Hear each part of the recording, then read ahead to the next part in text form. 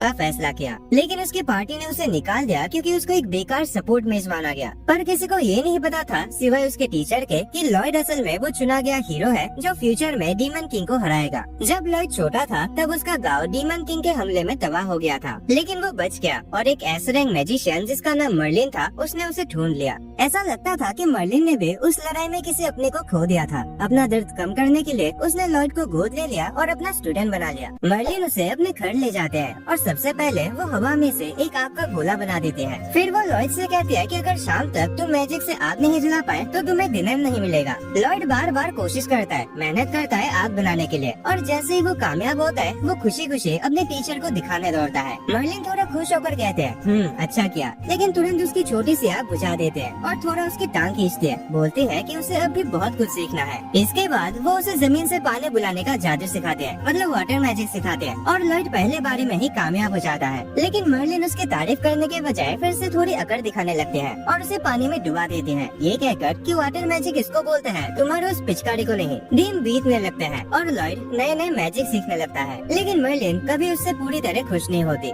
एक बार जब Lloyd Merlin की एक बर्फ से मूर्ति बनाता है तो वो अपने मैजिक का यूज करके उसे एक सबक सिखाते हैं। वो मूर्ति को कंट्रोल कर लेते हैं और लॉयड को पकड़ लेते हैं, फिर मूर्ति को और बड़ा कर देते हैं। कहते हैं कि इसमें अभी भी स्किल्स की कमी है। फिर वो मूर्ति को तोड़ देते हैं और लॉयड जमीन पर गिर जाता है। लेकिन लॉयड एक भोला लड़का है तो वो मर्लिन की बात पे पूरा विश्वास करता है और वादा करता है कि वो और मेहनत करेगा अपनी कमी दूर करने के लिए। कुछ दिन बाद मर्लिन को एक बहुत ही बुरा हैंगओवर होता है और लॉयड अपना मैजिक यूज करके उसका इलाज करता है। जैसे ही मर्लिन ठीक होती है वो लॉयड को गले लगाकर उसका शुक्रिया अदा करते हैं, लेकिन अगले ही पल वो उसे बाहर खींच ले जाते हैं मैजिक प्रैक्टिस करने के लिए। समय बीतने लगता है और एक रात मर्लिन कुछ पुरानी किताबों को पढ़ते हैं, एक परेशान और दर्द भरी एक्सप्रेशन के साथ। तभी लॉयड वहाँ आता है उसे डिनर के लिए बुलाने, और जैसे ही वो उठती है उससे किताब गिर जाती है। लॉयड उसकी मदद करता है किताब उठाने में, लेकिन जैसे ही उसका हाथ किताब को छूता है उसके दिमाग में उस किताब की सारी जानकारी ट्रांसफर हो जाती है और वो वही बेहोश हो जाता है। मर्लिन ये सब देखकर हिल जाते हैं क्योंकि लॉयड ने सिर्फ किताब को छूने से एक प्राचीन जादू सीख लिया है, जो इस बात का सबूत है कि उसमें भी चूजेनोन बनने की क्वालिटीज है।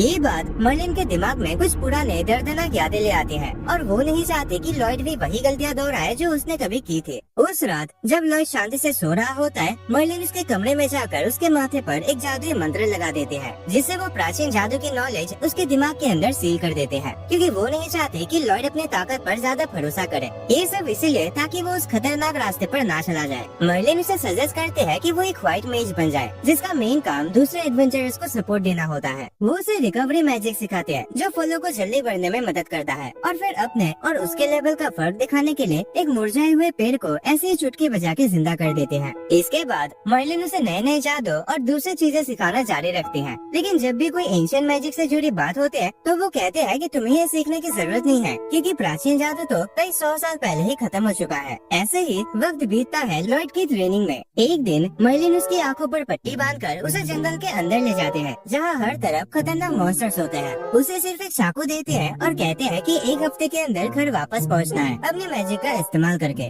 वो उसे कुछ बोलने का मौका भी नहीं देते और तुरंत वहाँ से भाग जाते हैं। लॉयड हैरान और डरा हुआ रह जाता है। तुरंत बाद एक भेड़िया जैसा मॉन्स्टर वहाँ आता है और लॉयड मुश्किल से उसे बचने के लिए एक पेड़ पर चढ़ जाता है। उसे समझ आता है कि व्हाइट मेज के स्पेल से वो मॉन्स्टर को हरा नहीं सकता, इसीलिए उसका बस एक ही रास्ता है, हर खतरे से बचते हुए घर तक पहुँचना। सबसे पहले वो अपने मैजिक सेंस का यूज करता है घर का पता लगाने के लिए, और फिर उस डायरेक्शन में चलना शुरू करता है। रास्ते में वो मैजिक का यूज करके फलों को पकाता है ताकि कुछ खा सके। रात के समय वो नए स्पेल्स बनाने की कोशिश करता है जो उसे सुरक्षित रख सके। वो अकेला ही अपना ये खतरनाक यात्रा जारी रखता है, नए जादुओं का इस्तेमाल करता है जो उसे खाना ढूंढने और तेज दौड़ने में मदद कर सके। अगले दिन वो एक बड़े मकड़ी जैसे मॉन्स्टर के हाथ लगते लगते बच जाता है, लेकिन उसके दौड़ने वाले जादू के कारण वो बच निकलता है। लॉयड उस स्पेल का यूज तब तक करता है जब तक वो घर नहीं पहुंच जाता, और जैसे वो घर के दरवाजे पर पहुंचता है वो थकान के मारे वही बेहोश हो जाता है। वक्त तेजी से गुजर जाता है और लॉयड अब एक जवान लड़का बन जाता है। जब उसे शहर के बारे में एक मैगजीन मिलती है तो उसे बाहर की दुनिया देखने की क्यूरियोसिटी होने लगती है। यहाँ मर्लिन का बिहेवियर भी बदल गया है। अब वो उसे मैजिक प्रैक्टिस के लिए खींच कर नहीं ले जाते, बल्कि उसके रोज के कामों से उसे निकाल कर नए जादू बनवाने के लिए मजबूर करते हैं। वो बिल्कुल रैंडमली कुछ भी अनाप शनाप आइडिया सोचते हैं और लॉयड से कहते हैं कि उन्हें पूरा करने के लिए रात भर जाकर काम करे। लेकिन लॉयड इतना स्ट्रेस बर्दाश्त नहीं कर पाता। एक रात वो फैसला करता है कि वो घर से भाग जाएगा दुनिया को एक्सप्लोर करने के लिए। अगली सुबह मर्लिन देखती है कि लॉयड अपने कमरे में नहीं है, सिर्फ एक शहर वाली मैगजीन डेस्क पर पड़े होते हैं। तब उसे समझ आता है कि उसका छोटा सा बच्चा अब इतना बड़ा हो गया है कि उसकी जवानी शुरू हो गई है। इसी बीच लॉयड शहर पहुंचता है और उस जगह की खूबसूरती और हलचल में खो जाता है। उसके पास जितने पैसे होते हैं उन्हें खाने पर खर्च कर देता है। फिर वो सोचता है कि और पैसे कैसे कमाए। तभी एडवेंचरर पार्टी के लिए रिग्रेटमेंट नोटिस उसके चेहरे पर आ लगता है। वो ये भी नहीं देख पाता कि कोई उसे देख रहा होता है। वो डिसाइड करता है कि एक एडवेंचरर बनने की कोशिश करेगा। उस पार्टी में शामिल होने के बाद उसका पहला मिशन होता है एक साइक्लोप्स से लड़ना, और वो बहुत एक्साइटेड होता है क्योंकि उसने कभी किसी को इतने स्ट्रॉन्ग मॉन्स्टर से लड़ते नहीं देखा। साइक्लोप्स एलन को पीछे धकेल रहा होता है, जो पार्टी का लीडर और मेन अटैकर होता है। एलन हीलर से कहता है कि एक हीलिंग स्पेल डालो। तब लॉयड भी मदद करने के लिए तुरंत एक सपोर्ट स्पेल सभी पार्टी मेंबर्स पर डाल देता है, लेकिन किसी को भी उसका पता तक नहीं चलता। आर्चर तुरंत एक एरो साइक्लोप्स की आंख में मार देता है, जिससे साइक्लोप्स अंधा हो जाता है। जब साइक्लोप्स आर्चर पर हमला करता है, रेना जो उनकी ग्रुप का टैंक है उसका अटैक रोकने के लिए दौड़ जाते हैं। रेना हैरान हो जाते हैं क्योंकि उसे पंच में कोई भारीपन महसूस ही नहीं होता। तब तक पार्टी का मेज साइक्लोप्स को बांध देता है, जिससे एलन को एक ही बार में उसे खत्म करने का मौका मिल जाता है। इसी वजह से एलन एक रात में ही स्टार बन जाता है और लोग उसे हीरो कहने लगते हैं। दूसरी तरफ लॉयड को पूरी तरह से इग्नोर कर दिया जाता है और उसे बस छुट्टे पैसे मिलता है क्योंकि वो एक कमजोर व्हाइट मेज है। वो ये पैसे एक्सेप्ट कर लेता है क्योंकि उसे लगता है कि वो सिर्फ इतना ही डिजर्व करता है। जब एलन कहता है कि चलो जीत का जश्न मनाते हैं, लॉयड तुरंत बहाना बना लेता है क्योंकि वो ड्रिंक नहीं करता। लड़के नाराज हो जाते हैं क्योंकि लॉयड ने एलन का ऑफर मना कर दिया, लेकिन एलन को कोई फर्क नहीं पड़ता क्योंकि वो लॉयड को अपने ग्रुप का हिस्सा मानता ही नहीं। एलन कहता है कि सब व्हाइट मेजेस बेकार होते हैं, लेकिन एक रखना पड़ता है गिल्ड के रूल्स के चलते,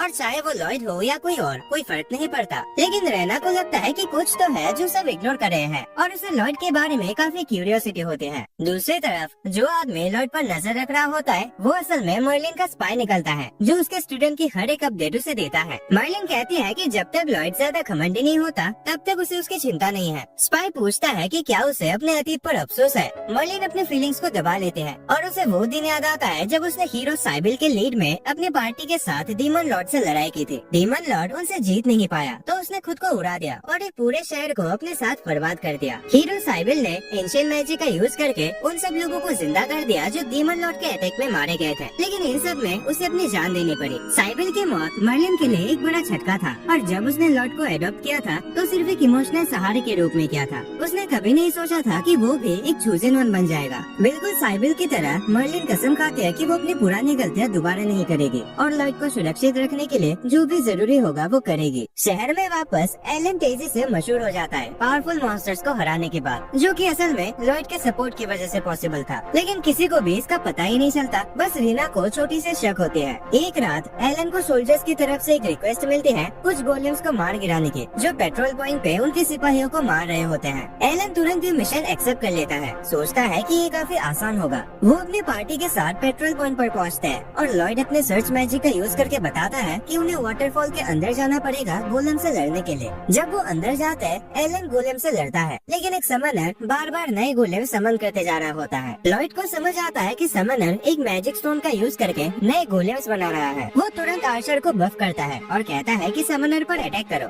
आर्चर उसकी बात मानते हैं और उसका एरो किसी तरह से पिलर के चक्कर लगा के समनर के सीने में लग जाता है। उसके बाद लॉयड विजार्ड से कहता है कि वो अपना मैजिक स्टाफ टेलीपोर्ट कर दे उसके पास, और वो तुरंत उसे सील भी कर लेता है। ये बात एलन को पसंद नहीं आती क्योंकि उसे लगता है कि सिर्फ वही अपनी पार्टी को ऑर्डर्स दे सकता है। फिर वो अपना ध्यान वापस गोले पर लगाता है। लॉयड उसे वार्न करता है कि गोलेम अब कंट्रोल से बाहर हो गया है क्योंकि उसका मास्टर खत्म हो चुका है। एलन उसकी बात नहीं मानता और आगे बढ़ जाता है। लॉयड को एक स्पेशल मैजिक का यूज करना पड़ता है ताकि वो एलन तक तुरंत पहुंच सके और उसे गोलेम के अटैक से बचा सके। एलन गुस्सा हो जाता है, लेकिन तभी गोलेम कमजोर हो जाता है जिससे एलन उसे मार गिराता है। मिशन खत्म होते एलन लॉयड को तुरंत पार्टी से निकाल देता है, कहता है कि वो बेकार है और हमेशा पीछे छुपकर खड़ा रहता है। लॉयड जो इतने समय से खुद को कमजोर समझ रहा था और जिसे लगता था कि उसमें स्किल की कमी है, ये फैसला बिना किसी विरोध के मान लेता है। वो दूसरे पार्टी ढूंढने की कोशिश करता है, लेकिन कहीं भी जगह नहीं मिलते और वो काफी निराश हो जाता है। तभी एक लड़की हड़बड़ी में एक व्हाइट मेज ढूंढ रही होते हैं, लेकिन रिसेप्शनिस्ट उसे बताता है कि उसके कंडीशंस के हिसाब से किसी को ढूंढना काफी मुश्किल होगा।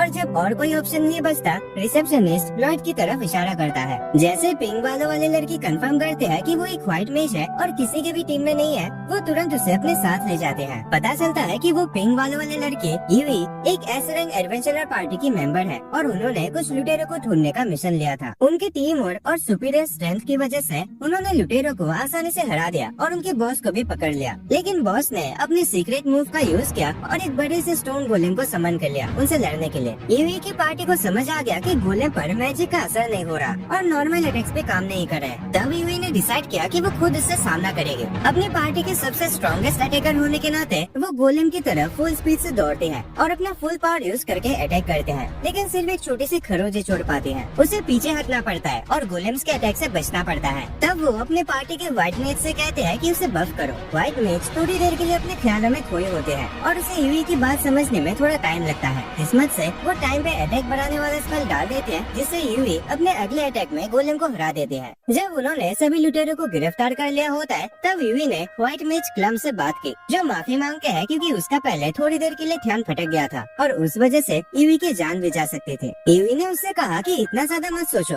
क्योंकि उसे पता है कि क्लम इस वक्त अपने पर्सनल लाइफ के कुछ सीरियस हालातों से गुजर रही है। यूवी ने पूछा कि उसके घर में सब कुछ कैसा चल रहा है। तभी क्लम ने अचानक अपने रेजिग्नेशन यूवी को दे दिया, क्योंकि उसे ब्रेक लेना था अपने बीमार बहन की देखभाल करने के लिए। फिर स्टोरी वापस प्रेजेंट मोमेंट पे आते हैं, जहाँ यूवी एक्साइटेड होकर लॉयड का हाथ पकड़ के उसे अपने बेस ले जाते हैं। उसकी पार्टी के मेंबर्स कुछ देर के लिए शॉक में होते हैं, समझने की कोशिश करते हैं कि क्या यूवी ने वाकई एक व्हाइट मेज ढूंढ लिया है, क्योंकि उन्हें पूरा यकीन था कि वो फेल हो जाएगी। फिर यूवी लॉयड का इंट्रोडक्शन सबसे करवाते हैं, लेकिन उसे उसका नाम तक नहीं पता। उसके बाद वो अपने पार्टी मेंबर्स का इंट्रोडक्शन लॉयड को देते हैं, जिसमें शामिल है दागास जो शील्ड यूजर है, क्रॉस जो आर्चर है और सिलिका जो मेज है। आखिर में वो खुद को इंट्रोड्यूस करते हैं, एक स्वॉर्ड्समैन और उनकी टीम की लीडर, और लॉयड का उनकी पार्टी में स्वागत करते हैं। लॉयड उससे पूछता है, रुको रुको, ये सब तो ठीक है, पर मैंने कब कहा कि मैं तुम्हारी पार्टी ज्वाइन कर रहा हूँ। यूवी थोड़े कंफ्यूज हो जाते हैं, क्योंकि उसे एहसास ही नहीं होता कि उसने लॉयड से ये सवाल पूछा ही नहीं। दागास और सिलिका को तुरंत समझ आ जाता है कि यूवी ने इस अनजान आदमी को बस खुशी में खींच के बेस ले आई, बिना कुछ एक्सप्लेन किए। वो दोनों लॉयड से माफी मांगते हैं इस कंफ्यूजन के लिए। फिर वो यूवी की तरफ मुड़ता है और कहता है, देखो यूवी, चाहे तुम्हें व्हाइट मेज मिल भी गया हो, वो क्लम को रिप्लेस नहीं कर सकता और शायद हमें अपना एक क्वेस्ट छोड़ देना चाहिए। यूवी ये सुन के नाराज हो जाते हैं और कहते हैं, हमारे क्लाइंट ने हमें मदद के लिए कहा है, हम ऐसे मना नहीं कर सकते। लॉयड पूछता है, तो किसी और पार्टी को ये क्वेस्ट क्यों नहीं दे देते? तब दागास उसे बताता है कि ये पॉसिबल नहीं है, क्योंकि ये एक ए रैंक क्वेस्ट है। सिर्फ ए रैंक या उससे ऊपर की पार्टी से ऐसी क्वेस्ट ले सकता है, लेकिन अभी के लिए सारी हाई रैंक पार्टीज शहर के बाहर है और सिर्फ उनकी एस रैंक पार्टी ही ये मिशन एक्सेप्ट कर सकते हैं। लॉयड ये सुन के शॉक्ड हो जाता है कि वो एस रैंक एडवेंचरर्स के सामने खड़ा है। उसे सच में उनकी मदद करने का मन करता है, लेकिन एक बार फिर उसका डीमोटिवेशन उसे महसूस करवाते हैं कि वो काफी कमजोर है और किसी काम का नहीं है। लेकिन तभी वे अचानक उसकी तरफ से बोल पड़ते हैं और अपने पार्टी के मेंबर्स से कहते हैं कि उन्हें कम से कम लॉयड को एक मौका देना चाहिए अपनी एबिलिटीज प्रूव करने का, उसे रिजेक्ट करने से पहले। फिर वो उसे जंगल में ले जाते हैं उसकी स्किल्स देखने के लिए, और लॉयड काफी घबराया हुआ महसूस करता है कि जैसे लगता है कि वो सबको निराश कर देगा। यूवी उसे बार बार कहते हैं कि कुछ तो करो,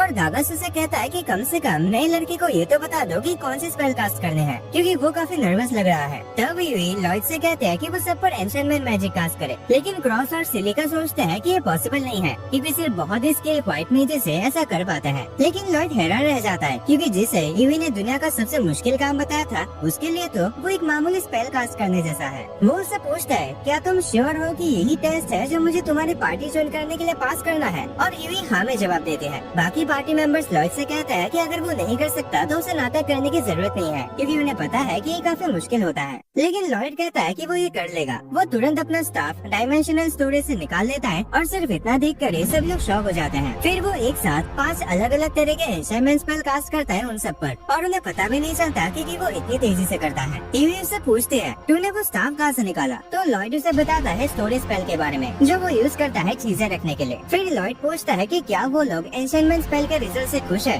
यूवी थोड़े कंफ्यूज हो जाते हैं, क्योंकि आमतौर पर इसमें ज्यादा टाइम लगता है और एक अच्छे तरीके से मंत्र बोलना पड़ता है। सभी लोग अपने आप को ज्यादा हल्का और पावरफुल महसूस करने लगते हैं स्पेल्स की इफेक्ट की वजह से। और इस इफेक्ट को टेस्ट करने के लिए यूई अपने तलवार से एक बड़े पेड़ पर अटैक करते हैं। वो आसानी से उस पेड़ को काट देते हैं सिर्फ एक हल्की सी स्विंग के साथ, और उसकी पूरी पार्टी ये देखकर हैरान रह जाती है। लॉयड तब उन्हें बताता है कि उसने उन सब पर 5 अलग अलग तरह के एनचांटमेंट स्पेल कास्ट किए थे और उन्हें अपने कानों पर विश्वास नहीं होता। लॉयड एक्सप्लेन करता है कि उसे लगा था कि सिर्फ एक स्पेल सब पर कास्ट करना तो बहुत बेसिक टेस्ट है, इसलिए उसने सोचा कि वो कुछ एक्स्ट्रा करे और दिखाए कि वो क्या कर सकता है। यूई और बाकी सब इतने हैरान होते हैं कि जवाब भी नहीं दे पाते, और लॉयड सोचता है कि शायद सभी लोग उससे नाराज हो गए हैं। वो अपना स्टाफ वापस स्टोरेज में भेज देता है और कहता है, मुझे समझ आ गया है कि मैं तुम्हारी पार्टी का व्हाइट मेज बनने लायक नहीं हूँ। वो माफी मांगता है उनका वक्त बर्बाद करने के लिए और वहाँ से जाने लगता है, लेकिन तब यूई उसे रोकते हैं। वो आखिरकार उसे उसके पहले के काम का एक्सपीरियंस पूछते हैं और लॉयड सबको हैरान कर देता है ये बताकर कि उसे हीरो की पार्टी से निकाल दिया गया था क्योंकि वो बहुत कमजोर था। यूई और बाकी लोग हैरान हो जाते हैं कि हीरो की पार्टी क्या चाहते होंगे जो उन्होंने लॉयड जैसे इंसान को कमजोर कहा,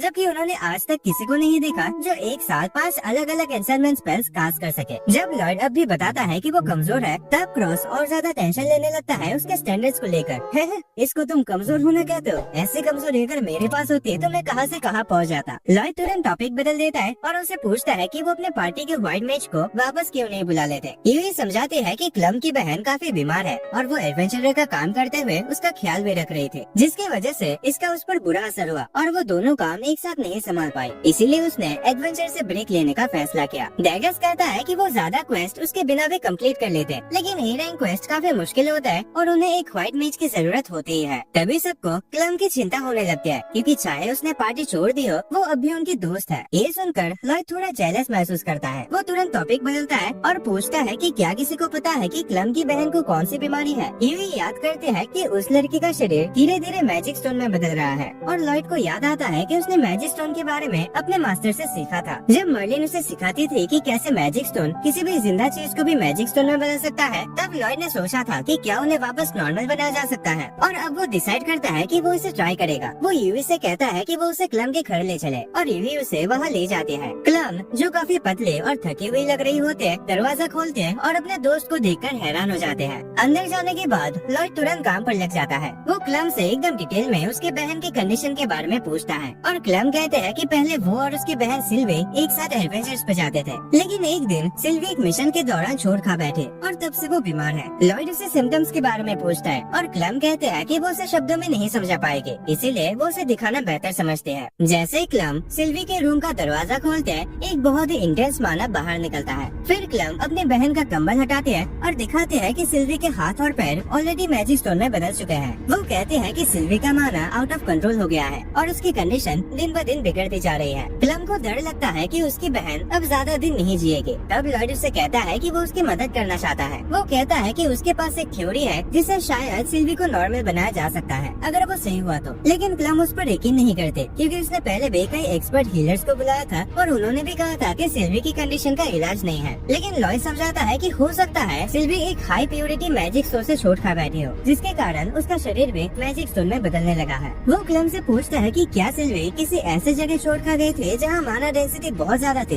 क्लम हाँ में जवाब देते हैं, कहते हैं कि वो दोनों एक केव से मैजिक स्टोन निकालने के मिशन पर गए थे। लॉयड उससे कहता है कि चोट का मार्क दिखाए और जब क्लम सिल्वी के शरीर का वो हिस्सा दिखाते हैं जो मैजिक स्टोन में बदल चुका है, तब लॉयड को पूरा यकीन हो जाता है कि वही इस प्रॉब्लम की शुरुआत थी। क्लम उससे पूछते हैं कि उसे ये सब कैसे पता है, तो लॉयड जवाब देता है कि उसने ये सब अपने मास्टर से सीखा है। यूवी फिर क्लम से कहते हैं कि वो इस बार लॉयड पर भरोसा करे और क्लम उसे एक मौका देने का फैसला करते हैं। लॉयड तुरंत एक स्पेल कास्ट करता है जो सिल्वी के शरीर से उस इंटेंस माना को एब्जॉर्ब करता है, लेकिन ये उसके लिए भी संभालना काफी मुश्किल होता है। फिर भी वो पहला सेटअप पूरा कर लेता है और क्लम से कहता है कि उसे सिल्वी का माना लगभग 0 तक कम करना जरूरी था क्योंकि बिना ऐसा किए उसका इलाज करने का कोई मतलब नहीं होता। वो कहता है कि वो सिल्वी का माना एब्जॉर्ब करते हुए उसका इलाज जारी रखेगा और एक और स्पेल कास्ट करता है जिससे हीलिंग शुरू होते हैं। क्लम को समझ आता है कि ये नॉर्मल हीलिंग स्पेल नहीं है और लॉयड बताता है कि हाँ, ये नॉर्मल हीलिंग स्पेल से एक और ज्यादा पावरफुल वर्जन है जो उसके लिए उतना भी खास नहीं है, लेकिन ये उसे सिल्वी के शरीर से एब्जॉर्ब हो रही माना को जलाने की ताकत देता है। ये सुनकर क्लम की बिल्कुल बोलती बंद हो जाते हैं। यूवी उससे पूछता है कि क्या लॉयड कुछ खास कर रहा है। क्लम जवाब देते हैं कि वो एक साथ 2 नए स्पेल्स यूज कर रहा है जो उसने खुद बनाया है और इतने इंटेंस माना को बर्दाश्त कर रहा है जो सबसे महान व्हाइट मैजिक के लिए भी इम्पॉसिबल होता है। जल्द ही लॉयड का टेक्निक काम करता है और सिल्वी का पत्थर बन चुका शरीर शरीर धीरे धीरे नॉर्मल होने लगता है। सिल्वी होश में आ जाते हैं और क्लम उसे देखकर खुशी के आंसुओं में रो पड़ते हैं। थोड़ी देर बाद क्लम ईवी और लॉयड को बताती है कि जैसे ही उसकी बहन पूरी तरह ठीक हो जाएगी वो दोनों फिर से मिलकर एडवेंचर्स पे जाएंगे और क्लम चाहते हैं कि लॉयड उसकी जगह उनकी पार्टी का साथ दे। लॉयड कहता है कि वो इतना काबिल नहीं है, लेकिन ये बात क्लम के सर के ऊपर से निकल जाते हैं और वो कहते हैं कि उसे बस अपने दिल की सुननी चाहिए। उसके बाद ईवी और सब लोग सिल्वी के ठीक होने की खुशी में एक छोटी सी पार्टी रखते हैं और लॉयड का धन्यवाद करते हैं, जबकि लॉयड अब भी सोचता है कि वो इस सब के लायक नहीं है। लेकिन जब वो देखता है कि सब लोग उसे कितनी अच्छी तरह से ट्रीट कर रहे हैं बिना उसे अच्छे से जाने भी, तो वो थोड़ा नर्वस होकर उसे पूछता है कि क्या वो उनकी पार्टी में शामिल हो सकता है, चाहे उसमें ज्यादा ताकत ना हो। सब लोग उसकी सोच में आए बदलाव को देखकर खुश हो जाते हैं और खुशी खुशी उसे अपने पार्टी में स्वागत करते हैं। उसके बाद वो लोग लॉयड के लिए एक वेलकम पार्टी रखते हैं और कहते हैं कि जितना चाहे खा सकता है, क्योंकि आज रात का खर्चा वो लोग उठाएंगे। लॉयड ऐसे खाना शुरू करता है जैसे उसने जिंदगी में पहली बार खाना देखा हो और उसके नए पार्टी के सदस्य उसे ऐसे देखकर काफी हैरान होते हैं। वो उसे पूछते हैं कि क्या वो इतना भूखा था। लॉयड कहता है कि इस टाउन का खाना सच में जबरदस्त है। ये बात सबको हैरान कर देती है क्योंकि यहाँ का खाना तो काफी एवरेज माना जाता है। लॉयड कहता है कि उसने बचपन से जो खाना खाया है उसके मुकाबले यहाँ का टेस्ट कमाल का है। ईवी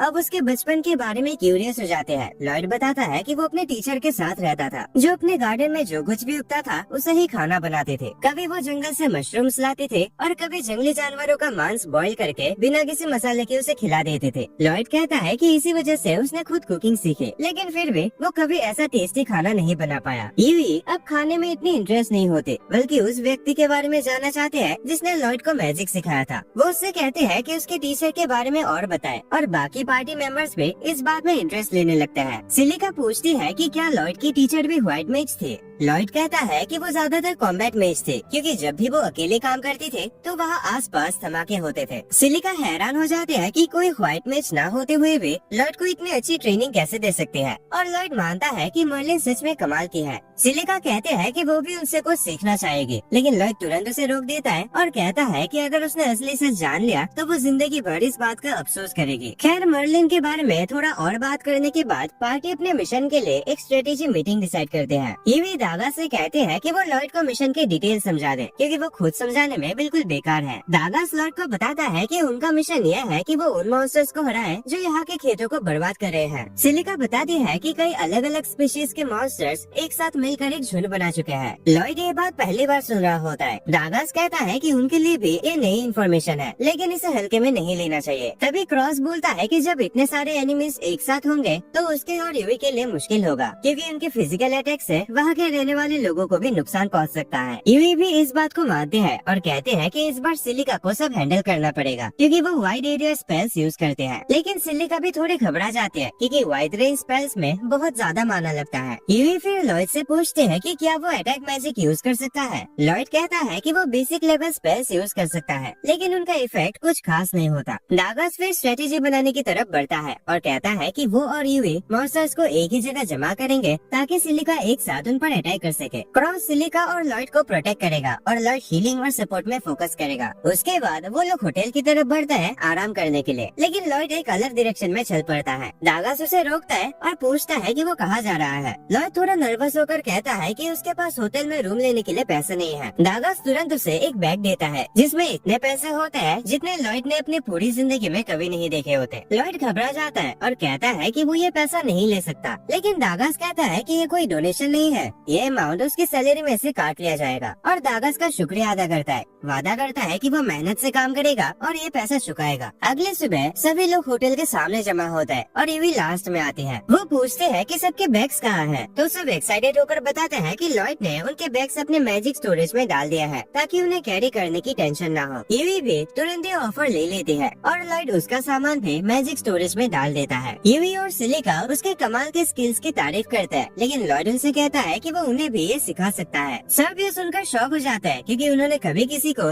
ये मैजिक यूज करते नहीं देखा। लेकिन लॉयड उन्हें बताता है कि ये मैजिक सीखना काफी आसान है, बस स्टोरेज कैपेसिटी बढ़ाने के लिए थोड़ा ट्रेनिंग चाहिए। इतना कहकर सब लोग अपने मिशन के लिए निकल जाता है और रास्ते में लॉयड को ये समझ आता है कि लंबे क्वेस्ट के दौरान मजा लेना भी जरूरी होता है। वो लोग अपने पहले डेस्टिनेशन पर टाइम से काफी पहले पहुंच जाते हैं क्योंकि उन्हें सामान उठाना नहीं पड़ रहा था। वहाँ लॉयड अपनी मैजिक स्टोरेज से सामान निकाल कर देता है ताकि वो लोग टेंट लगा सके। ईवी डिसाइड करते हैं कि अब जब टेंट लग चुका है तो वो नदी में थोड़ा चिल करेंगे, लेकिन दागास उसे डांट देता है कि अभी भी उन्हें लकड़ियाँ और खाना जमा करना बाकी है। लॉयड भी मदद करना चाहता है लकड़ियाँ इकट्ठा करने में और ईवी उसका शुक्रिया अदा करते हैं। उसके बाद ईवी सिलिका को खींच के ले जाते हैं ताकि दोनों नदी में नहा सके। इसी बीच लॉयड जंगल में जाता है और कुछ सूखी लकड़ियाँ इकट्ठा करता है। फिर उसे एक फल दिखता है जो उसने बचपन में खाया था, तो वो डिसाइड करता है कि थोड़ा सा ले जाए अपने टीममेट्स के लिए। तभी अचानक से उसे ईवी की चीख सुनाई देती है। वो तुरंत उस डायरेक्शन में दौड़ता है और देखता है कि एक बड़ा सा सांप मॉन्स्टर ईवी और सिलिका पर हमला कर रहा है और दोनों बिल्कुल भी रेडी नहीं है। लॉयड तुरंत मॉन्स्टर की तरफ दौड़ता है उसका ध्यान भटकाने के लिए। ईवी और सिलिका इस मौके का फायदा उठा के किनारे की तरफ भागते हैं। लॉयड रुकता है जब तक दोनों अपने आप को टॉवल से ढक लेते हैं। उसके बाद वो उनकी तलवारें उन पर फेंक देता है। फिर लॉयड तुरंत उन दोनों पर 2 एन्चेंटमेंट स्पेल कास्ट करता है और ईवी मॉन्स्टर पर एक पावरफुल अटैक करते हैं। उसे एक ही बार में 2 टुकड़ों में काट देते हैं, लेकिन मॉन्स्टर का कटा हुआ सर भी फाइट करता रहता है। तब सिलिका उन दोनों को कवर लेने के लिए बोलते हैं और एक फायरबॉल शूट करके उस मॉन्स्टर को उड़ा देते हैं। वो हैरान हो जाते हैं क्योंकि आमतौर पर उसमें इतनी पावर नहीं होते, लेकिन उसे याद नहीं आता कि लॉयड ने उसे बफ दिया था। इसी बीच ईवी लॉयड का शुक्रिया करते हैं उसकी जान बचाने के लिए और बोलते हैं कि उसकी तलवार वापस स्टोरेज में डाल दे। तभी अचानक उसका टॉवल गिर जाता है और लॉयड गलती से वो देख लेता है जो ईवी छुपा रहे थे। दोनों एम्बेरस हो जाते हैं और लॉयड को थप्पड़ पड़ता है, जबकि उसकी कोई गलती थी ही नहीं। बाद में जब सब वापस कैंप में पहुँचते हैं तो लॉयड डिसाइड करता है सबको स्टोरेज मैजिक सिखाने का। वो कहता है कि हाथ की मदद से एक जगह ओपन करो जहाँ मैजिक स्पेस बन सके, लेकिन किसी को समझ नहीं आता। सिलिका के कहने पर सब लोग ट्राई करते हैं, लेकिन सब ऐसे लगता है जैसे हवा में कोई बलून दबा रहे हो। लॉयड को लगता है कि वो अच्छा टीचर नहीं है। तभी सिलिका स्टोरेज बोल के ट्राई करते हैं और उसके हाथ में एक मैजिक स्पेस खुल जाता है। सबको समझ आता है कि लॉयड बिना मंत्र बोले स्पेल कास्ट कर लेता है, लेकिन अगर वो स्पेल को पढ़कर यूज करे तो वो भी सीख सकता है। थोड़ी प्रैक्टिस के बाद सिलिका अपने स्टाफ उस स्पेस में स्टोर कर लेते हैं, लेकिन बाकी सब स्ट्रगल करते हैं। रात को जब सब सो रहे होते हैं, लॉयड और ईवी पहरा दे रहे होते हैं। ईवी उसके सामने बैठ जाते हैं और उसका शुक्रिया करते हैं पार्टी ज्वाइन करने के लिए। लॉयड कहता है कि वो भी बेकार ही बैठा था, इसीलिए उसे थैंक यू कहना चाहिए। उसे याद आता है कि ईवी कितनी खुश थे ये क्वेस्ट कंप्लीट करने के लिए, क्योंकि उनके क्लाइंट्स को मदद चाहिए थे। वो उससे पूछता है कि क्या कोई स्पेशल वजह है इस क्वेस्ट के लिए इतनी डेडिकेटेड होने का। ईवी बताते हैं कि जब वो छोटी थी उसके गांव पर मॉन्स्टर्स ने हमला कर दिया था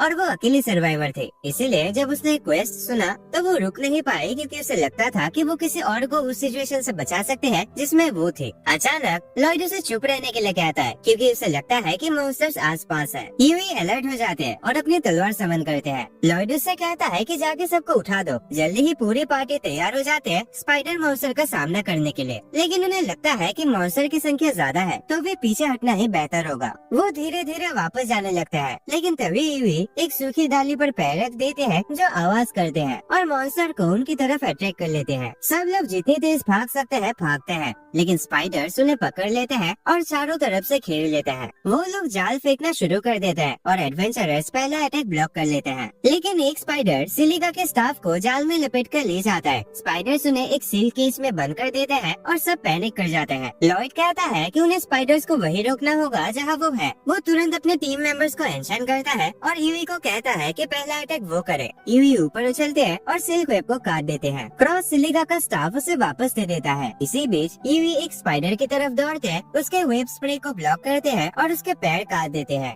फिर वो उसके सिल्क स्प्रे पर सर्फ करके दूसरे मकड़ियों तक पहुंच जाते हैं और उनके भी पैर काट देते हैं। इसके बाद लॉयड सिलिका और क्रॉस को अटैक करने को कहता है। सिलिका फायरबॉल्स बनाते हैं और क्रॉस उनके बीच से एरो शूट करता है जो जलते हुए स्पाइडर्स को मार देते हैं। फाइट खत्म हो जाते हैं और लॉयड को एहसास होता है कि उसने दोबारा अपनी टीम को चिल्लाते हुए ऑर्डर्स दिए, जबकि वो पार्टी का एकदम नया मेंबर है। वो माफी मांगता है, लेकिन दागास कहता है कि ये अच्छी बात है क्योंकि उसमें लीडर बनने की क्वालिटी है। सब लोग उससे एग्री करते हैं और कहते हैं कि लॉयड को आगे भी बैटल में लीड करते रहना चाहिए। अगली सुबह सब लोग मैजिक स्टोरेज पर इतना सीख जाते हैं कि अब सब अपना सामान खुद कैरी कर सकते हैं। जैसे वो अपनी जर्नी कंटिन्यू करते हैं, लॉयड सोचता रहता है कि ये स्पाइडर मॉन्स्टर्स यहाँ पर क्यों आए थे। कुछ दिन बाद जब लॉयड रात को अकेले पहरा दे रहा होता है तो उसके दिमाग में फिर से स्पाइडर मॉन्स्टर की बात आती है। उसे लगता है कि उन्हें उन स्पाइडर मॉन्स्टर्स के बारे में थोड़ा और अच्छे से जांच करना चाहिए था। तभी अचानक ईवी और सिलिका सिलिका उसका नाम लेकर बुलाती है और पूछती है कि क्या वो आज रात में अकेले ही पहरा देने वाला है। लॉयड हाँ में जवाब देता है, लेकिन दोनों लड़कियां इस बात से परेशान हो जाते हैं क्योंकि लॉयड काफी दिनों से बिना सोए ही रात भर जाग रहा है। वो दोनों उससे कहते हैं कि उसे नाइट शिफ्ट सबके बीच में रोटेट करनी चाहिए, लेकिन लॉयड कहता है कि वो ठीक है और चाहता है कि बाकी सब अपनी एनर्जी बचाए अगर कभी लड़ाई की जरूरत पड़ जाए। यूवी उसे थोड़ा समझाना चाहते हैं, लेकिन सिलिका उसे रोक लेते हैं और कहते हैं कि हमें लॉयड के फैसले का सम्मान करना चाहिए। साथ ही वो लॉयड से ये भी कहते हैं कि अगर कभी कुछ ज्यादा मुश्किल लगे तो हमें जरूर बताएं। तभी टेंट के अंदर क्रॉस और दागास भी इस पूरे सीन को देख रहे होते हैं और वो भी लॉयड की जिद को लेकर परेशान होते हैं। अगले दिन वो अपनी यात्रा फिर से शुरू करते हैं और ब्रेक के दौरान लॉयड आसपास मॉन्स्टर्स डिटेक्ट करने की कोशिश करता है। जब उसे कोई भी मॉन्स्टर का एहसास नहीं होता तो वो चैन की सांस लेता है। तभी यूवी दौड़ती हुई उसके पास आते हैं और पूछते हैं कि वो क्या कर रहा है। लॉयड उसे बताता है सर्च मैजिक के बारे में, जो आसपास के मॉन्स्टर्स और खतरों का पता लगा सकता है। यूवी हैरान हो जाते हैं क्योंकि उसने पहली बार इस जादू के बारे में सुना था। लॉयड कहता है कि इस स्पेल की रेंज ज्यादा नहीं है, लेकिन कुछ ना होने से तो ये बेहतर ही है। यूवी को चिंता होती है कि लॉयड सब कुछ अकेले ही संभालने की कोशिश कर रहा है, लेकिन लॉयड उसे कहता है कि वो ठीक है और उसे किसी मदद की जरूरत नहीं है। उसी रात जब लॉयड फिर से अकेला पहरा दे रहा होता है, यूवी कहती है कि ऐसा लगता है जैसे वो उन पर विश्वास नहीं करता, जबकि अब तो वो सब दोस्त बन चुके हैं। सिलिका कहते हैं कि हर किसी का अपना पेस होता है दूसरों के साथ कंफर्टेबल होने का, और शायद लॉयड के पास में कोई ऐसा घटना हुआ हो जिसकी वजह से वो लोगों से दूरी बना रहा है। वो ये भी कहता है कि शायद लॉयड को खुद की वैल्यू का पता नहीं है, इसीलिए वो हर वक्त ज्यादा मेहनत करता है। यूवी को लॉयड के पास्ट के बारे में जानने की क्यूरियोसिटी होती है, लेकिन सिलिका उससे कहते हैं कि लॉयड खुद सब कुछ बताएगा जब वो उनके साथ पूरी तरह से कंफर्टेबल हो जाएगा। दूसरी तरफ डागास लॉयड के पास आता है और उससे कहता है कि वो उसकी हेल्प चाहता है। साथ ही क्रॉस ऑफर करता है कि जब तक वो जाए वो पहरा दे देगा। लॉयड डागास के साथ चला जाता है, जो एक अलार्म सिस्टम तैयार करता है जिससे अगर कोई मॉन्स्टर कैंप के पास आए तो तुरंत सिग्नल दे। लॉयड इसे देखकर काफी इम्प्रेस होता है। डागास कहता है कि अब अलार्म सब कुछ बता देगा, इसीलिए लॉयड थोड़ा आराम कर सकता है। लॉयड कहता है कि इसकी जरूरत नहीं है, वो अलार्म से बेहतर काम कर सकता है। तभी डागास उसे सीधा सवाल करता है, देखो लॉयड, क्या तुम अपने पार्टी पर भरोसा नहीं करते? लॉयड जवाब देता है कि वो विश्वास करता है, लेकिन डागास कहता है कि उसके बिहेवियर कुछ और ही दिखाते हैं। लॉयड को मर्लिन और अपने पुराने टीम लीडर की बातें याद आती हैं। दोनों ने उसे कभी काबिल नहीं समझा था और हर वक्त उसकी कमियां निकाली थी। लॉयड कहता है कि अगर वो मेहनत ना करे तो वो बाकी सब के लिए मुसीबत बन सकता है। डागास उसे अच्छे से कहता है, तो फिर बन जाओ मुसीबत, क्या ही दिक्कत है, हम संभाल लेंगे। लॉयड इस बात का मतलब नहीं समझ पाता। तब डागास समझाता है कि उन्होंने पार्टी इसलिए बनाई थी ताकि वो सब मिलकर वो काम कर सके जो अकेला कोई नहीं कर सकता,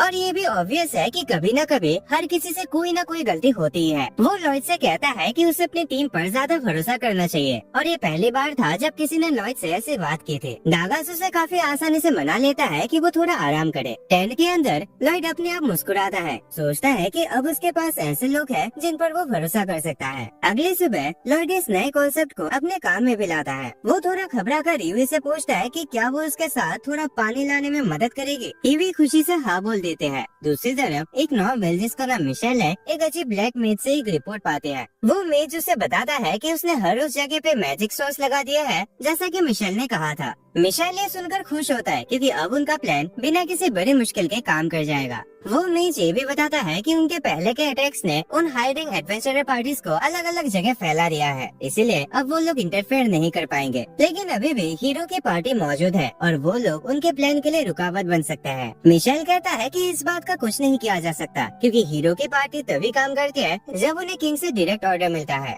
लेकिन वो ये भी मानता है कि सिर्फ हीरो इस आने वाले हादसे को नहीं रोक पाएगा। जंगल में वापस लॉयड और उसकी पार्टी को ये अजीब लगता है कि आसपास कोई मॉन्स्टर नहीं है। लॉयड डिसाइड करता है कि वो अपने सर्च स्पेल का रेंज बढ़ाएगा और उसे एक मॉन्स्टर ग्रुप का पता चलता है जो 10 किलोमीटर दूर है। क्रॉस कहता है कि वो जगह तो उनके डेस्टिनेशन के काफी पास होगी जिनकी तरफ वो जा रहे थे, लेकिन इससे पहले कि लॉयड कुछ और बता पाता यूवी उनके बीच में टपक पड़ते हैं। वो पूछते हैं कि क्या लॉयड सच में 10 किलोमीटर के रेडियस में सर्च कर सकता है। लॉयड हाँ में जवाब देता है और यूवी गुस्से में आ जाते हैं क्योंकि कुछ दिन पहले उसने कहा था कि उसकी रेंज इतनी बड़ी नहीं है। लॉयड कहता है कि 10 किलोमीटर कुछ खास बड़ा भी तो नहीं होता, जिसे सुनकर ईवी चिल्लाने लगते हैं। लेकिन बाकी पार्टी मेंबर्स उसे कहते हैं कि वो अभी के लिए इस बड़े प्रॉब्लम पर ध्यान दे। वो सब मॉन्स्टर की लोकेशन की तरफ भागता है और पता चलता है कि मॉन्स्टर्स पहले उन खेतों तक पहुंच चुके हैं जिनकी रक्षा उन्हें करनी थी। वो सब इतने बड़े वुल्फ मॉन्स्टर्स के ग्रुप को देखकर हैरान हो जाते हैं, लेकिन लॉयड और भी ज्यादा परेशान हो जाता है क्योंकि उसे सिर्फ यही मॉन्स्टर्स दिखते हैं। वो सोचता है कि बाकी मॉन्स्टर्स आखिर गए तो गए कहाँ।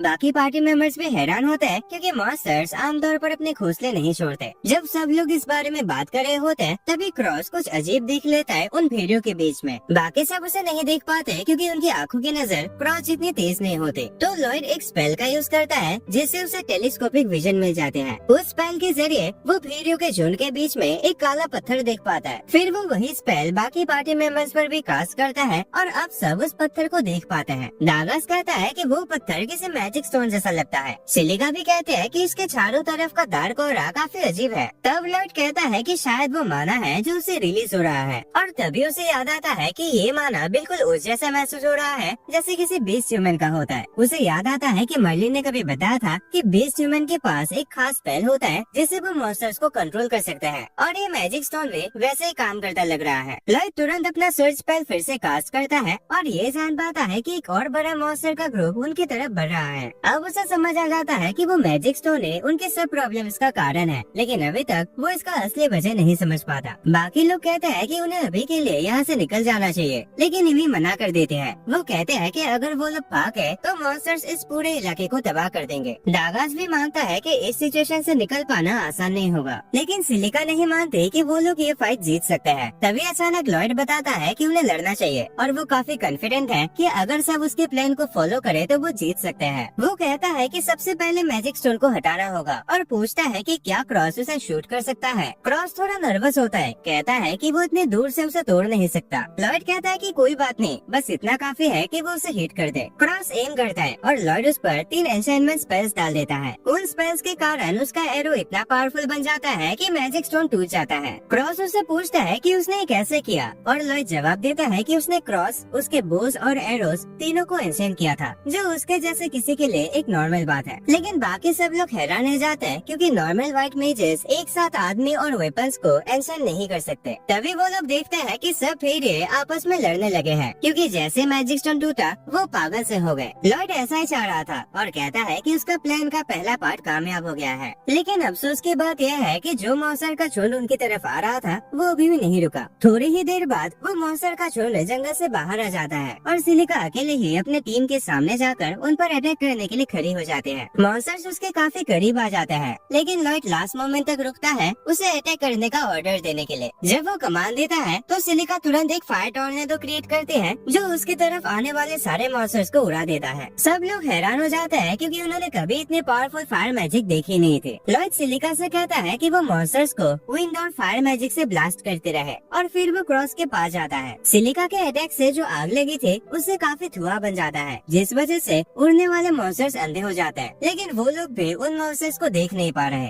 लॉयड पहले अपने सेंसर्स क्रॉस से टेलीपैथी के जरिए कनेक्ट करता है और फिर अपने सर्च स्किल के जरिए फ्लाइंग मॉन्स्टर्स का लोकेशन उस तक पहुंचाता है। जैसे ही क्रॉस उन मॉन्स्टर्स का लोकेशन देख पाता है वो बिना एक भी शॉट मिस किए उन सबको गिरा देता है। लॉयड फिर सिलिका के पास वापस जाता है उनके प्लान के फाइनल पार्ट के लिए, लेकिन सिलिका बताती है कि उसका सारा माना खत्म हो गया है। लेकिन लॉयड के लिए ये कोई प्रॉब्लम नहीं होती क्योंकि वो एक चलता फिरता पावर बैंक बन जाता है और अपना माना उससे शेयर करता है। वो थक जाता है क्योंकि उसने एकदम से बहुत ज्यादा माना दे दिया, लेकिन वो सिलिका से कहता है कि उसकी चिंता ना करे और एक स्पेल कास्ट करे जिससे बारिश हो। सिलिका उसकी बात मानते हैं और जैसे वो स्पेल कास्ट करते हैं बारिश शुरू हो जाते हैं जो जंगल की आग को बुझा देते हैं और आग उस पूरे जगह में फैलने से रुक जाते हैं। लेकिन इस स्पेल के बाद सिलिका जमीन पर गिर जाते हैं क्योंकि उसका भी सारा माना खत्म हो जाता है, लेकिन दागास उसे पकड़ लेता है। ईवी उससे कहते हैं कि उसने बहुत अच्छा काम किया और अब वो और दागास वहाँ बचे मॉन्स्टर से निपट लेंगे। जब वो लोग आगे बढ़ते हैं बचे हुए मॉन्स्टर से लड़ने के लिए, तब सिलिका और लॉयड थोड़ा आराम करते हैं। लॉयड अचानक जमीन पर गिर जाता है और कहता है कि उसे और मेहनत करनी होगी क्योंकि सिर्फ इतना सा काम करके थक जाना ठीक नहीं है। उसके बाद ईवी और बाकी सब बचे हुए मॉन्स्टर्स को खत्म कर देते हैं। लेकिन जब वो लोग लॉयड का हाल चेक करने वापस आते हैं तो वो उन्हें बताता है कि उन्हें अब पास का शहर की तरफ बढ़ना चाहिए क्योंकि उसका इंस्टिंक्ट कह रहा है कि ये जगह सिर्फ एक धोखा था और असली टारगेट है ईस्टर्न नाम का वो शहर।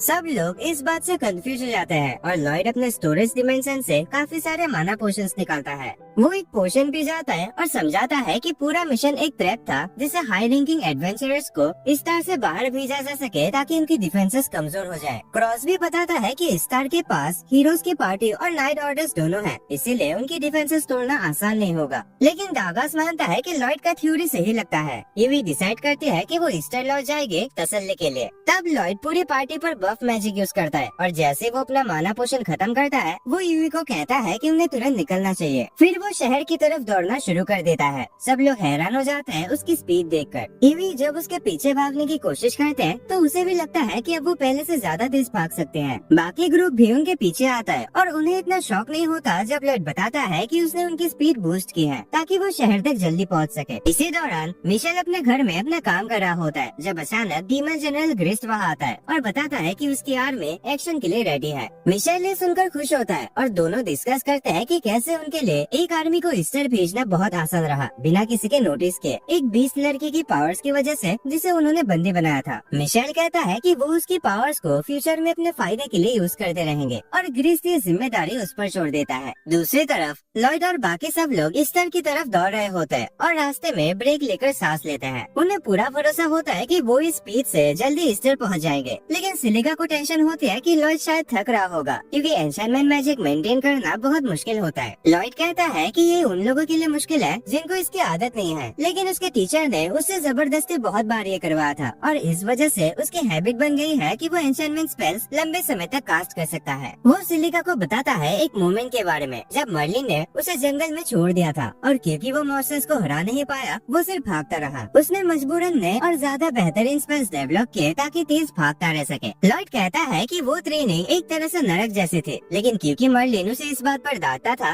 तो उसे लगता था कि शायद वो खुद ही कमजोर था। लॉयड मानता है कि एक नॉर्मल ट्रेनिंग मेथड है, लेकिन सिलिका और ईवी उसे बताती है कि ये बिल्कुल भी नॉर्मल नहीं है। लेकिन लॉयड अपने पागल सोच की वजह से कहता है कि शायद इसकी ट्रेनिंग तो बाकियों से भी कमजोर थी और फैसला करता है कि वो और भी ज्यादा मेहनत करेगा। लड़के उसे ये भी नहीं समझा पाते कि वो कितना गलत है। फिर दागास और दूसरे ग्रुप मेंबर्स रिफ्रेश हो जाते हैं और अपनी जर्नी कंटिन्यू करता है। लॉयड उन पर दोबारा बफ मैजिक यूज करता है और अपना सर्च मैजिक भी इस्तेमाल करता है ताकि श्योर हो सके कि आसपास कोई मॉन्स्टर नहीं है। वो फिर से सफर शुरू करता है, लेकिन अचानक लॉयड रुक जाता है जिससे सब लोग उस पर टकरा जाता है। वो उससे पूछते हैं कि उसे क्या प्रॉब्लम है और लॉयड जवाब देता है कि उसकी सर्च स्किल ने कुछ डिटेक्ट किया है, लेकिन वो ना तो इंसान है और ना ही मॉन्स्टर। उसे इस बारे में बुरा सा एहसास हो रहा है, इसीलिए वो सबको कहता है कि वो लोग आगे बढ़ जाए और वो खुद उस चीज को चेक करेगा। लेकिन ईवी उससे कहती है कि अगर वो चीज इतनी खतरनाक हुई जिसे वो अकेला हैंडल नहीं कर पाया तो उसे उनकी मदद की जरूरत पड़ेगी। इस बात पर लॉयड भी मान जाता है। जल्दी ही वो लोग एक झोपड़ी तक पहुंच जाते हैं और अब लॉयड श्योर होता है कि उसे अंदर डीमंस की प्रेजेंस महसूस हो रही है। पार्टी ये सुनकर शॉक हो जाता है क्योंकि डीमंस पहाड़ों के दूसरे साइड होता है, यहाँ नहीं। लॉयड कहता है कि डीमंस को ह्यूमन टेरिटोरी पर आना मना है, इसीलिए उन्हें यहाँ नहीं होना चाहिए। लेकिन बाकी सब उसे याद दिलाते हैं कि डीमंस पिछले कुछ सालों से उस नियम को इग्नोर करके ह्यूमंस पर अटैक कर रहे हैं। वो लॉयड से पूछते हैं कि वो ऐसा क्यों बिहेव कर रहा है जैसे उसे ये सब पता ही ना हो। तब लॉयड बताता है कि उसे अपने बचपन की कोई यादें नहीं है क्योंकि उसे वार खत्म होते ही अडॉप्ट कर लिया गया था। ये सुनकर सबको टेंशन होती है कि शायद उन्होंने उसकी बुरी यादें ट्रिगर कर दी, लेकिन लॉयड उन्हें तसल्ली देता है कि वो बिल्कुल ठीक है। क्रॉस कहता है कि उन्हें शहर लौटकर तुरंत नाइट्स को ये बात रिपोर्ट करनी चाहिए, लेकिन लॉयड कहता है कि पहले उन्हें और इन्फॉर्मेशन इकट्ठा करनी चाहिए। उसे डीमन से वही एनर्जी महसूस होती है जो उन्हें पहले ब्लैक मैजिक स्टोन से महसूस हुई थी और ये सुनकर सब अलर्ट हो जाता है। लॉयड कहता है कि अगर ये डीमंस सच में स्टार पर अटैक करने की प्लानिंग कर रहे हैं तो उनकी इन्वेस्टिगेशन और भी इम्पोर्टेंट हो जाते हैं। ईवी इस बात पर एग्री करते हैं क्योंकि अगर उन्होंने कुछ नहीं किया तो स्टार खतरे में पड़ सकता है और सब उसकी बात से सहमत होते हैं। वो घर के पास पहुंच जाता है लेकिन अंदर कोई नहीं होता, तो लॉयड दोबारा अपने सर्च स्किल यूज करता है और पता लगाता है कि डीमंस घर के नीचे जमीन के अंदर है। दागास कहता है कि उन्हें एंट्रेंस ढूंढना चाहिए, लेकिन लॉयड फैसला करता है कि वो कुछ अलग करेंगे। वो सिलिका को अर्थ मैजिक यूज करने के लिए कहता है, लेकिन उससे पहले वो सबको बफ करता है। फिर सिलिका जमीन में एक सैंड पिट बनाते हैं जिससे अंडरग्राउंड टनल के छत गिर जाते हैं और अंदर रिचुअल कर रहे डीमंस नीचे दब जाते हैं। डीमंस खुद की जान बचाने के लिए इधर उधर भागते हैं और तभी वे तुरंत जंप करके एक डीमन को गले से पकड़ लेते हैं। वो पूछती है कि डीमंस राज्य के इस साइड क्या कर रहे हैं। तभी एक और डीमन अपना मैजिक यूज करके वो टुकड़े उन पर फेंक देता है। ये आसानी से उन सबको रोक देते हैं और उसके बाद क्रॉस एक डीमन को शूट कर देता है, जबकि एक डीमन वहाँ से निकल भागता है। डीमंस उन पत्थरों के पीछे छुप जाते जाते हैं, लेकिन सिलिका फिर अपनी स्किल यूज करते हैं और पत्थरों को धूल में बदल देते हैं, जिससे वो वापस दिखाई देता है। वो उन पर अटैक करने की कोशिश करते हैं, लेकिन दागास उनका अटैक ब्लॉक कर देता है और मजबूरन वो भाग जाता है। एक डीमन कमरे से भाग जाता है और जब यूवी उसका पीछा करने की कोशिश करते हैं तब वो दरवाजे खोल नहीं पाते। दो और डीमन उस पर अचानक हमला करने की कोशिश करते हैं, लेकिन क्रॉस उनके कपड़ों को जमीन में पिन कर देता है, जिससे यूवी के लिए उन्हें गिराना आसान हो जाता है। इस तरह वो 3 डीमंस को हरा देते हैं और फिर दौड़कर आखिरी डीमन को पकड़ने की कोशिश करता है, जो एक 20 लड़की को ककुन में बंद कर लेता है और उसे साथ ले जाता है। तभी लॉयड और बाकी लोग वहाँ पहुँच जाते हैं और वो फैसला करते हैं कि वो उस डीमन का पीछा करेंगे। ईवी और क्रॉस सबसे पहले उस तक पहुँचते हैं और वो तय करते हैं कि उसे दोनों तरफ से घेर लेंगे, जबकि लॉयड और बाकी लोग थोड़ी देर से सरफेस पर आता है। लॉयड ककुन से एक बहुत तेज मैजिक सिग्नल महसूस करता है और अपने दोस्तों से कहता है कि इसे किसी भी कीमत पर पकड़ना होगा। जल्दी ही ईवी डीमन का रास्ता काट देते हैं और डीमन समझ जाता है कि वो चारों तरफ से घेरा गया है। लॉयड उससे कहता है कि सरेंडर कर लो, क्योंकि उन्हें उससे कुछ सवाल पूछना है, लेकिन डीमन लड़ने का फैसला करता है। वो एक मैजिक सर्कल बनाता है अटैक करने के लिए, लेकिन लॉयड तुरंत रिएक्ट करता है और अपने दोस्तों के सामने शील्ड्स बना देता है, जिससे मैजिक अटैक वापस पलट कर डीमन पर लग जाता है। डीमन उस अटैक से गिर जाता है और लॉयड तुरंत ककून को नीचे लाकर 20 लड़की को आजाद कर देता है। वो उसे वापस झोपड़े में ले जाता है और लॉयड फैसला करता है कि उसे हील करेगा, क्योंकि अब वही एक है जो उन्हें कुछ बता सकते हैं, क्योंकि अब सारे डीमंस मर चुके हैं। ईवी और सिलिका उसकी हीलिंग मैजिक देखकर इम्प्रेस हो जाते हैं, क्योंकि वो बहुत जल्दी असर करने लगते हैं। लॉयड उन्हें बताता है कि उसने स्पेल में कुछ एडजस्टमेंट किया है। ये सुनकर दोनों हैरान हो जाते हैं, क्योंकि स्पेल्स को बदलना आसान नहीं होता। लेकिन लॉयड उन्हें बताता है कि उसके टीचर अक्सर उसे फोर्स करते थे नए स्पेल्स बनाने में हेल्प करने के लिए, इसीलिए उसके लिए कोई बड़ी बात नहीं है। लड़के फिर से उसके मास्टर के बारे में क्यूरियस हो जाते हैं, लेकिन लॉयड कहता है कि वो बस एक अजीब सी इंसान है। तभी 20 लड़के होश में आते हैं और ईवी तुरंत उसके ऊपर बैठकर उससे सवालों की बारिश करने लगते हैं। लड़की घबराहट में बताते हैं कि उसका नाम क्लेयर है, लेकिन ईवी गलत सुन लेते हैं और जो भी सुनाई देता है वो उसी को एक्सेप्ट कर लेती है। ईवी फिर उससे पूछते हैं कि उसे डीमस ने क्यों पकड़ लिया था, और क्लेयर जवाब देने में हिचकिचाते हैं। तब लॉयड उसे बताता है कि वो एडवेंचरर्स है जिन्होंने उसे बचाया है। फिर वो कहता है कि उसने सुना है कुछ 20 लोग मैजिक का इस्तेमाल करके मॉन्स्टर को कंट्रोल कर सकते हैं, और पूछता है कि क्या ये उसी की एबिलिटी थी जिसने खेतों में मॉन्स्टर को कंट्रोल किया था।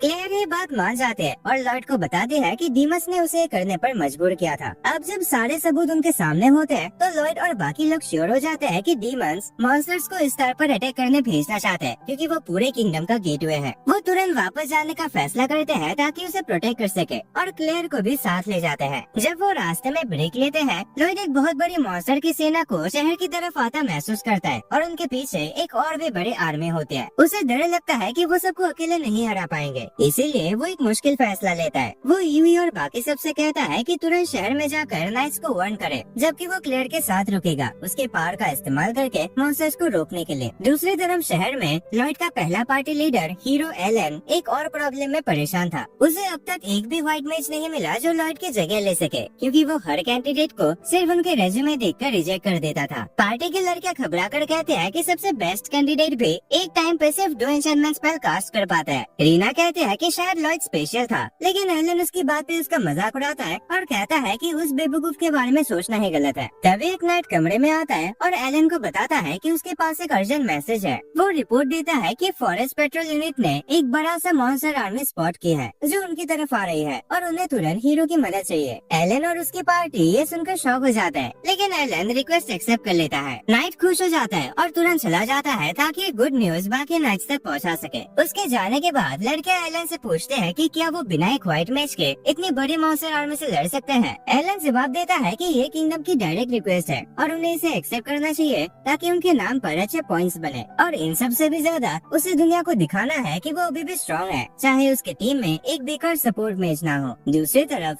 लॉयड और क्लेयर एक पहाड़ तक पहुंच जाते हैं, जहां से उन्हें एक और मॉन्स्टर का झुंड दिखाई देता है जो स्तर की तरफ जा रहे मॉन्स्टर से भी ज्यादा बड़ा होता है। लॉयड पैनिक हो जाता है और रियलाइज करता है कि अगर दोनों मॉन्स्टर ग्रुप्स मिल गए तो शहर का काम खत्म है। वो कहता है कि इन सबको यहीं पर ही रोकना होगा। क्लेयर उससे पूछते है कि क्या इन मॉन्स्टर्स को बिना मारे रोका जा सकता है। लॉयड हैरान हो जाता है उसकी रिक्वेस्ट सुनकर, लेकिन क्लेयर कहते हैं कि ये मॉन्स्टर्स असल में मासूम क्रिएचर्स हैं जिन्हें डीमंस ने उसकी पावर चुराकर ब्रेन वॉश किया है, इसीलिए वो अपने आप आप को भी कुछ हद तक जिम्मेदार समझते हैं और इसी वजह से वो नहीं चाहते कि मॉन्स्टर्स को चोट लगे। लॉयड महसूस करता है कि क्लेयर एक असली एनिमल लवर है जो मॉन्स्टर्स के लिए भी चिंता रखते हैं। वो उसे वादा करता है कि वो ऐसा तरीका ढूंढेगा जिसमें मॉन्स्टर को सबसे कम नुकसान हो। क्लेयर खुश हो जाते हैं और लॉयड मॉन्स्टर के झुंड को देखकर उससे पूछता है कि क्या वो अपने पावर से उन्हें उनके घर भेज सकती है। क्लेयर कॉन्फिडेंट नहीं होते कि वो इतने सारे मॉन्स्टर को कमांड कर पाएंगे। लॉयड उससे कहता है कि वो उसके माना कैपेसिटी और स्पेल एफिशिएंसी को बढ़ा देगा। क्लेयर फैसला करती है ट्राई करने का और आगे बढ़ते हैं। लॉयड उसे बफ करने की तैयारी करता है, लेकिन क्लेयर अपने स्पेल कास्ट नहीं कर पाती क्योंकि जंगल में एक डार्क डिवाइस उसकी मैजिक में इंटरफेयर कर रहा होता है। शहर में वापस एलन एडवेंचरर्स गिल्ड पहुंचता है और वहाँ मौजूद एडवेंचरर्स का मजाक उड़ाता है। बोलता है कि ये लोग इस मिशन के लिए काफी कमजोर हैं।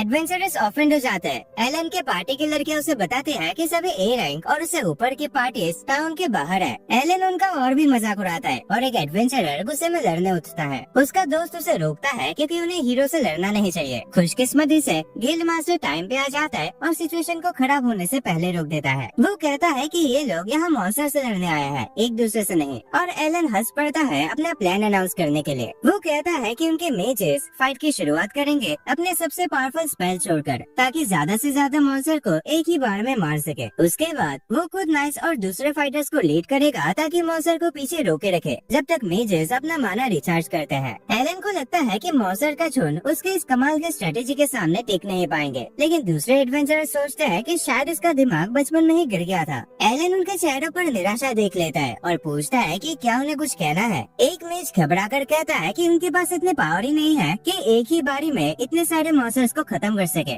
और बाकी लोग भी एग्री करते हैं, कहते हैं कि एक मॉन्स्टर को मारना भी बहुत बड़ी बात होती है। एलन उन पर चिल्लाता है, कहता है कि इतना तो भाई एक छोटे बच्चे को भी आना चाहिए। तब उसकी अपनी पार्टी की मेज बोलती है कि उसे भी इतना कॉन्फिडेंस नहीं है। वो कहते हैं कि उसके स्पेल की पावर कुछ दिनों से लगातार कम हो रही है और अब वो पहले जैसे पावरफुल अटैक्स नहीं कर सकते। एलन उस पर चिल्लाता है और पूछता है कि उसने ये बात अब तक उसे छुपाई क्यों। लड़के धीरे से कहते हैं कि सिर्फ वो ही नहीं बल्कि पार्टी के सभी मेंबर्स को अपनी परफॉर्मेंस गिरती हुई महसूस हुई है तब से जब लॉयड को पार्टी से निकाला गया था। एलन ये सुनकर अपना गुस्सा खो देता है और कहता है कि उन्होंने उससे इतने दिन चुप रहकर धोखा क्यों दिया। रीना जवाब देती है कि उन्होंने उसे धोखा नहीं दिया, बल्कि एलन खुद ही इतना आलस में डूब गया था जब से वो हीरो बना था। इस वजह से और भी बेइज्जती की बात है कि उसे अपनी ताकत में बदलाव तक महसूस नहीं हुआ। ये सुनकर फिर हैरान रह जाते हैं कि एलन ट्रेनिंग ही नहीं कर रहा था। एलन गुस्से में रीना को इंसल्ट करता है और उसे मारने की कोशिश करता है, लेकिन रीना आसानी से उसके हमले को ब्लॉक कर देती है, जिससे एलन की इज्जत और भी गिर जाते हैं सबके सामने। शर्म के मारे वो भाग जाता है और उसकी लड़कियां उसके पीछे चली जाते हैं, पर रीना वहीं रुकती है। दूसरे एडवेंचरर्स पैनिक कर जाते हैं कि अगर हीरो इतना कमजोर है तो वो मॉन्स्टर के खिलाफ जीत नहीं सकते, लेकिन रीना उन्हें शांत करते हैं और कहते हैं कि अब वो खुद कमान लेंगे। वो अनाउंस करते हैं कि अब वो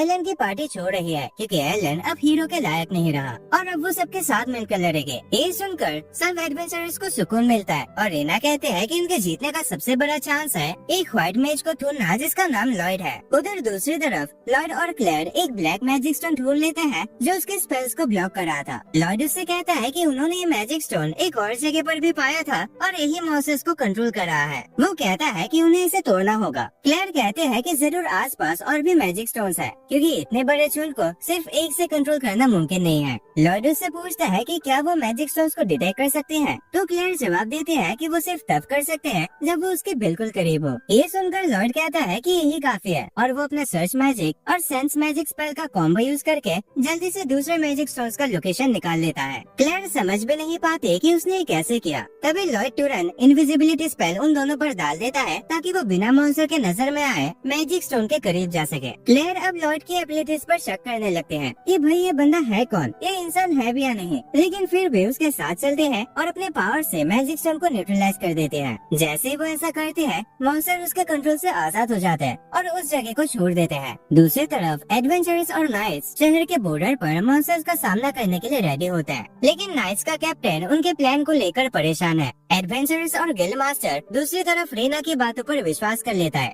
और अपना भरोसा लॉयड पर रखता है। इससे पहले जब रीना ने एडवेंचरस को बताया था कि लॉयड उनकी पार्टी का सीक्रेट हीरो था, वो भी एक व्हाइट मैच होते हुए, तो एडवेंचरस ने इस बात पर विश्वास नहीं किया था, लेकिन गिल्ड मास्टर ने किया था और उसने रीना को कहा था कि इस बार वो लॉयड की मदद नहीं ले पाएंगे क्योंकि वो शहर से बाहर एक क्वेस्ट पर गया है और 1 हफ्ते के बाद ही लौट पाएगा। रीना ये सुनकर हैरान रह जाता है, लेकिन उसने तुरंत कैलकुलेट किया था कि लॉयड अपना सफर कम कर सकता है। उसने सबसे कहा था कि अपनी जान लॉयड के लौटने पर दावा लगा दो, और अब जब सबने वो फैसला ले ही लिया था तो गिल्ड मास्टर को टेंशन लेने का कोई पॉइंट नहीं लगता। तभी मॉन्स्टर का झुंड उनके पास आ जाता है और रीना आर्चर्स और मेजेस को अटैक शुरू करने का ऑर्डर देती है। ये हमले मॉन्स्टर की फॉर्मेशन को कमजोर कर देते हैं और जैसे वो इलाके में घुसते हैं, भयंकर पानी की लहरें उन्हें बहा ले जाते हैं, जिससे लॉयड और उसकी पार्टी के लौटने के लिए और ज्यादा टाइम मिल जाता है। जल्दी ही रात हो जाते हैं और ईवी का ग्रुप ब्रेक लेता है, ये आशा रखते हुए कि वो जल्दी से स्टार पहुंचकर लॉयड को सपोर्ट कर पाएंगे। उधर लॉयड और क्लेयर भी आखिरी मैजिक स्टोन तक पहुंच जाते हैं और उसे न्यूट्रलाइज कर देते हैं।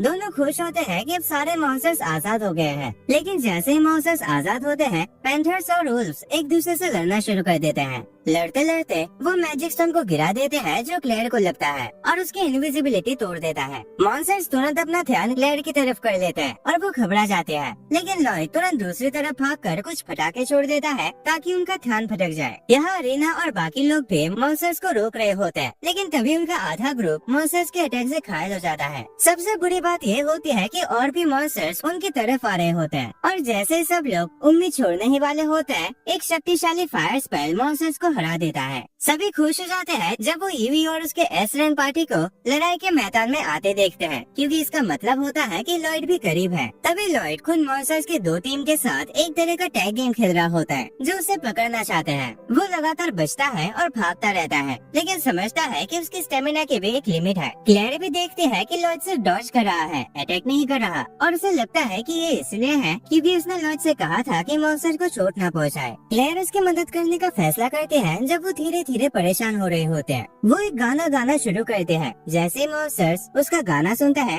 वो तुरंत अपना गुस्सा छोड़ देते हैं और शांति से जंगल की तरफ लौट जाते हैं। ये देखकर लॉयड बहुत इम्प्रेस हो जाता है। वो क्लेयर से पूछता है कि उसने मॉन्स्टर्स को कंट्रोल कैसे किया, तो क्लेयर कहते हैं कि इसकी पावर मॉन्स्टर्स को कंट्रोल नहीं करते, बल्कि सिर्फ उन्हें उसके दिल की बातों को महसूस करवाते हैं। उसने उनसे बस ये कहा था कि घर लौट जाओ। लॉयड उसका शुक्रिया अदा करता है कि उसने उसकी जान बचाई और कहता है कि अब उन्हें इस तरह लौटना चाहिए जहाँ ईवी की पार्टी डिफेंस फोर्सेस को नई उम्मीद दे रही है। लेकिन उनकी मदद के बावजूद मॉन्स्टर्स बहुत जल्दी इंसानों पर हावी हो जाते हैं। रीना भी लड़ाई के दौरान घायल हो जाते हैं और थोड़ी देर बाद मॉन्स्टर्स डिफेंस फॉर्मेशन तोड़कर अंदर घुस जाते हैं। सब लोग उम्मीद छोड़ देते हैं, लेकिन तभी उन्हें क्लेयर का गाना सुनाई देता है जो लॉयड के सपोर्ट मैजिक की वजह से फुल वॉल्यूम पर बज रहा होता है। उसका मैजिक तुरंत मॉन्स्टर्स को शांत कर देता है और वो बिना किसी इंसान या और मॉन्स्टर पर अटैक किए सीधा घर लौट जाते हैं। सब लोग इससे हैरान हो जाते हैं और लॉयड क्लेयर से कहता है कि इसकी कमाल की मैजिक ने यहाँ बहुत सी जानें बचाई है। लेकिन लड़ाई अभी खत्म नहीं हुआ है, क्योंकि रॉक गोलेम्स का एक बहुत बड़ा ग्रुप शहर की तरफ बढ़ रहा है और लॉयड तय करता है कि उन्हें किसी भी कीमत पर रुकना होगा। सो दोस्तों, आज के लिए बस इतना है,